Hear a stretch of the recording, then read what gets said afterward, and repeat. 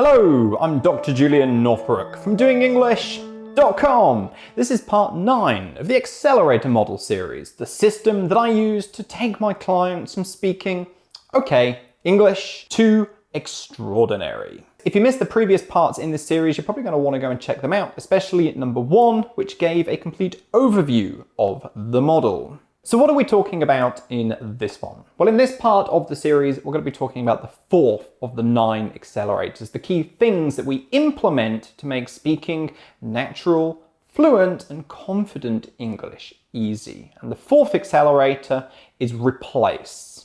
And by this, what I mean is you need to replace the bullshit intuitions that you have filled your head with and that are stopping you from speaking natural sounding English. I, Dr. Julian Northbrook, have a bit of a confession to make, and it's one you're probably going to laugh at me for. You may even criticise me, especially if you come from one of those countries known for its excellent cuisine. France, I'm thinking of you especially. Look, I actually like my vegetables cooked to within an inch of their life. I like my broccoli boiled until it falls apart. I like my carrots overcooked to the point where you can mash them with a fork. My peas, as far as I'm concerned, you should cook them till they're soup. Yes, I know, as Brits are famous for and constantly laughed at our preference for overcooking our veggies. But honestly, it's one of those British parts of me that I just can't get away from. No matter how hard I try, I still prefer my vegetables overcooked. The key word there is prefer, and the question is why does this happen? Well, there's this concept in psychology called the mere exposure effect, and it tells us that we build preferences for things that we are actually exposed to, especially in the earlier stages. My parents always overcooked the vegetables, and that's how I got used to eating them as a kid.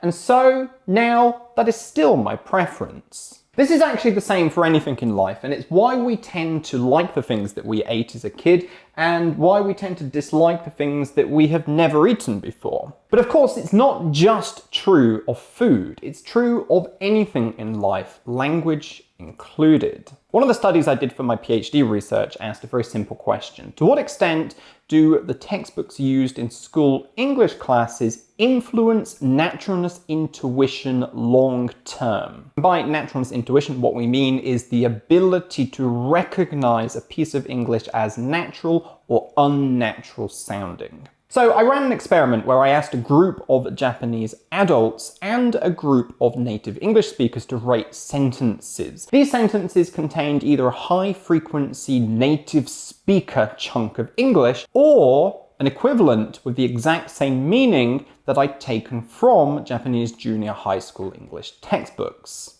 The two groups had to rate the sentences based on how natural they thought they were. And what happened was the native speakers across the board rated all of the sentences that contained native speaker chunks as being more natural. And the Japanese speakers did the exact opposite. They rated the sentences that contained English chunks taken from their junior high school English textbooks as being more natural, even though they were actually very, very infrequent and very unnatural sounding in real English. And the really scary part of the whole thing is the Japanese adults that did the experiment, they hadn't graduated from school recently. They had used these textbooks 15 years earlier. And what this tells us is that the intuitions developed from that early exposure to English, it sticks, it lasts, and it screws up your ability to judge something as natural or not, and therefore to use natural or not English yourself. And this is, again, all to do with this idea of the mere exposure effect. We build preferences for what we are exposed to, especially in the earlier stages. The brain is a statistical processor. It simply pulls information in,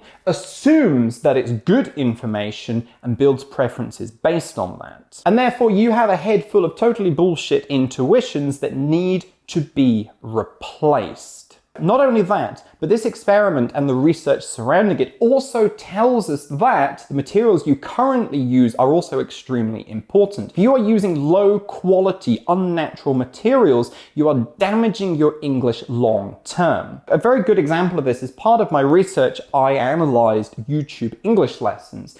and found that really most of them actually weren't that natural. For example, one of them taught the future progressive tense in English and presented a dialogue that was packed chock-a-block with the future progressive tense. In fact, 90% of the verbs in that dialogue were in that tense. This seems like it should be okay, because after all, the dialogue is supposed to demonstrate this tense. But your brain doesn't know that. All your brain sees is dialogue, future progressive tense, 90% of the time. It builds intuitions based on that. It thinks then you should be using this tense that often, and the result is a total inability to ever naturally, automatically select the correct tense because you have created rubbish intuitions. Again, what all this means is not only do you have to replace these old intuitions built up over time from exposure to bad materials, and I'm sorry to say that is the case for most people universally across the world that you learned in school, but you also need to be careful about the materials that you use now. Now, the good news is that these